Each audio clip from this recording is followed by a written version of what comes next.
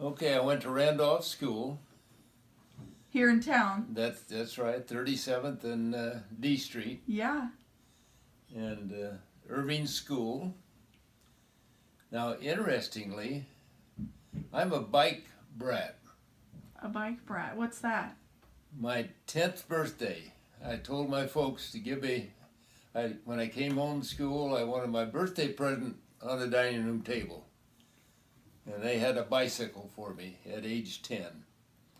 Now, to put that in perspective, I'd worn out 2 scooters, one-legged scooters. Uh-huh. And living at 33rd and F, I had occasion to ride a scooter more than once downtown.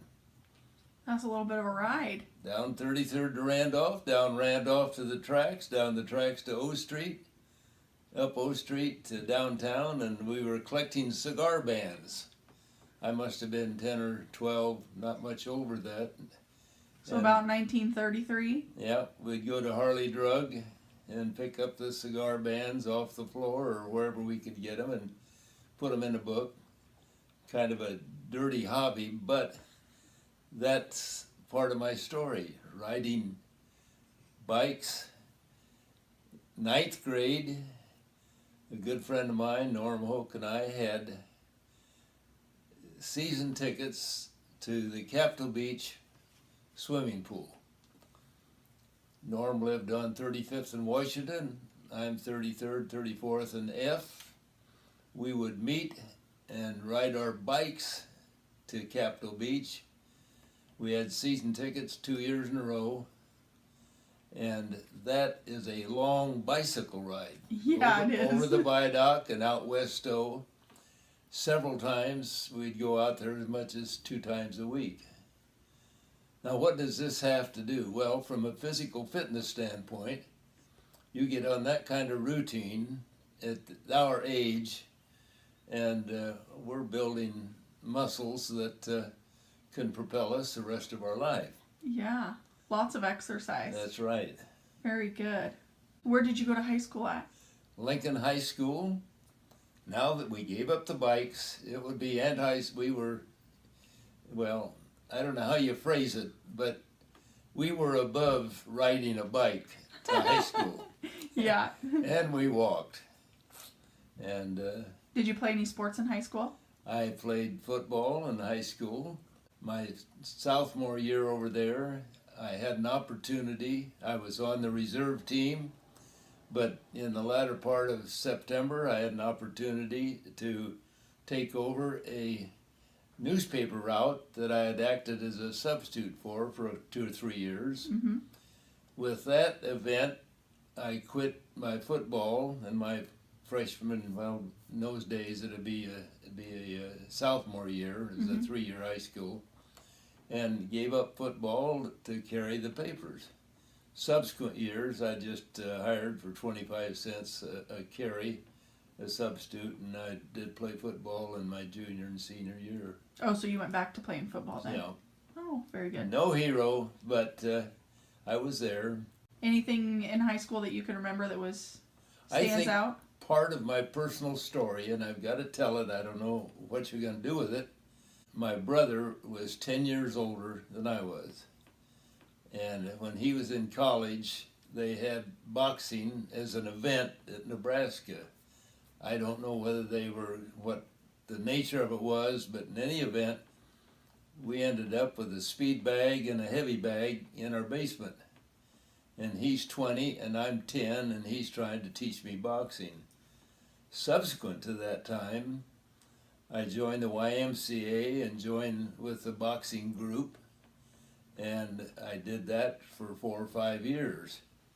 Now, as a consequence, that carried over to my winning a substantial match, a junior-senior Olympic event at Lincoln High School, boxing a senior that outweighed me 15 pounds, and he quit in the second round.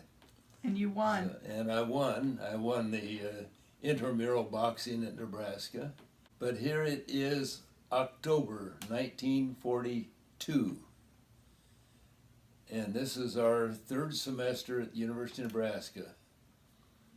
I'm walking back to the fraternity house, and I've got to mention Phi Delta, that's part of the story.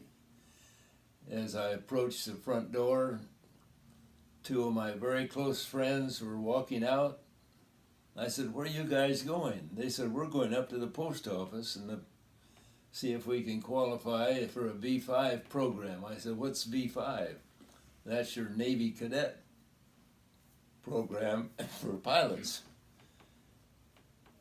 Make a long story short, 2 weeks later, we're down in Kansas City, going through a physical, going through an examination in several different ways. And the very parting discussion we had, and I approached the desk of a lieutenant junior grade after standing in line 10 or 15 minutes to get our turn.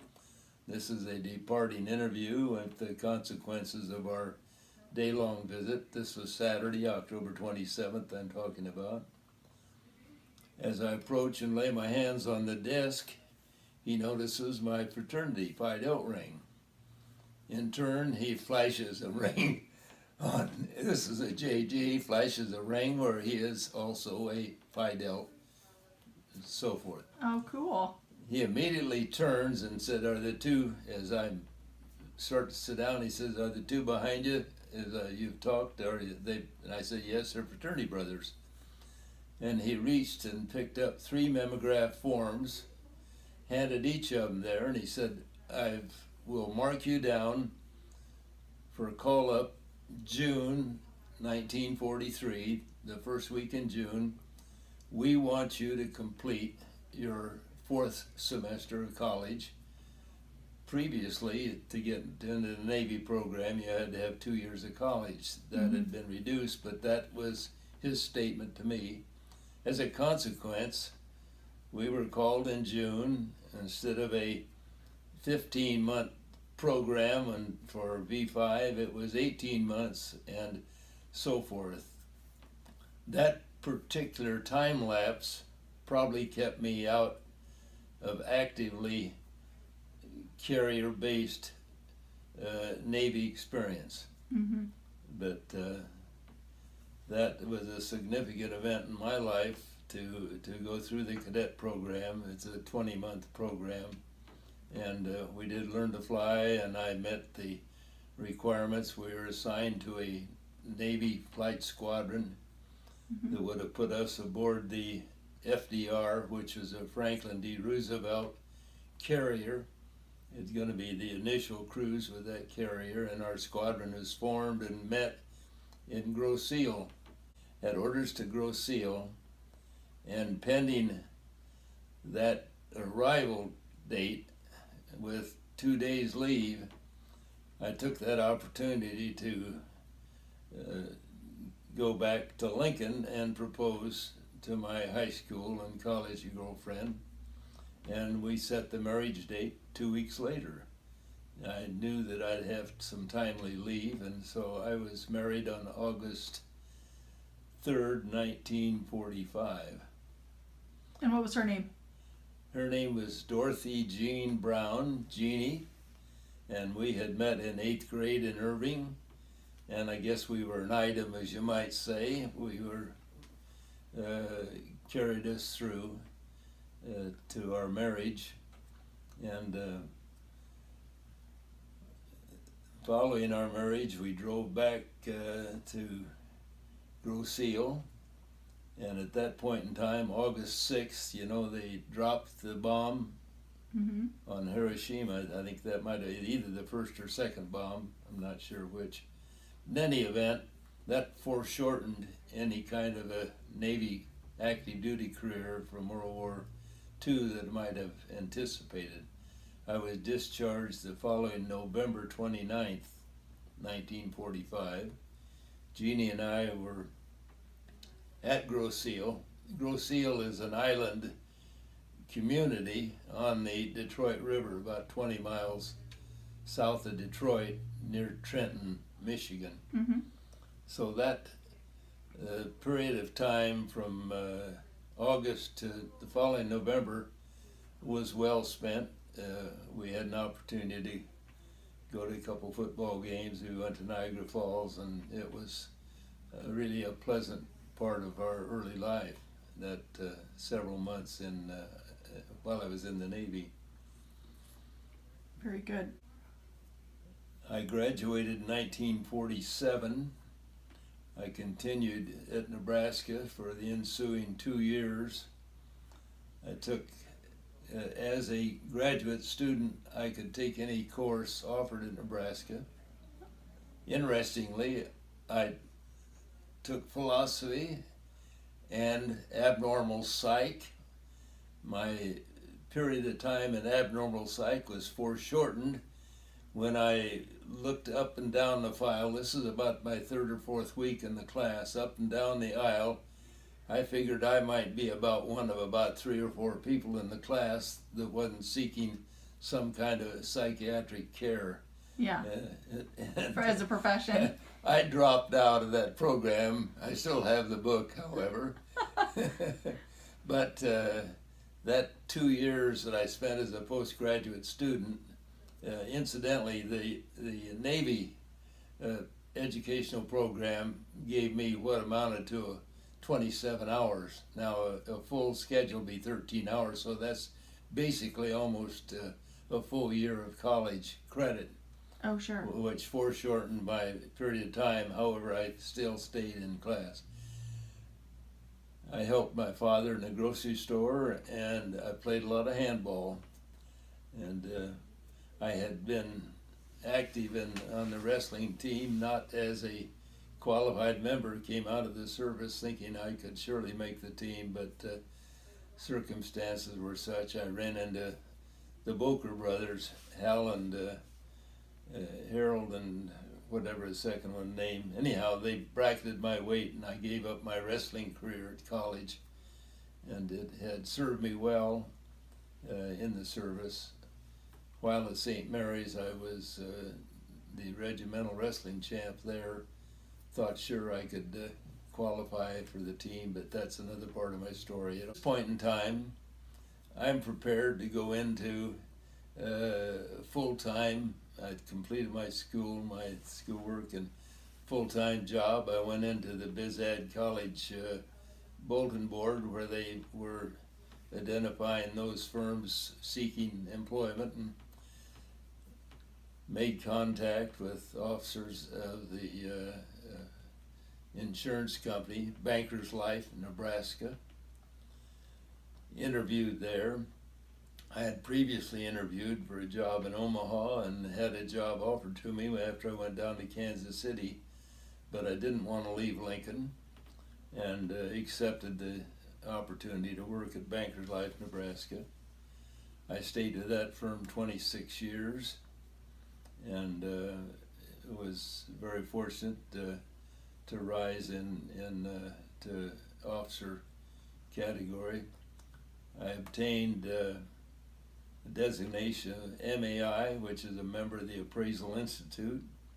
I ended up working in the mortgage loan department, mortgage loan and real estate, and left there after 26 years when offered a position with First Federal Lincoln.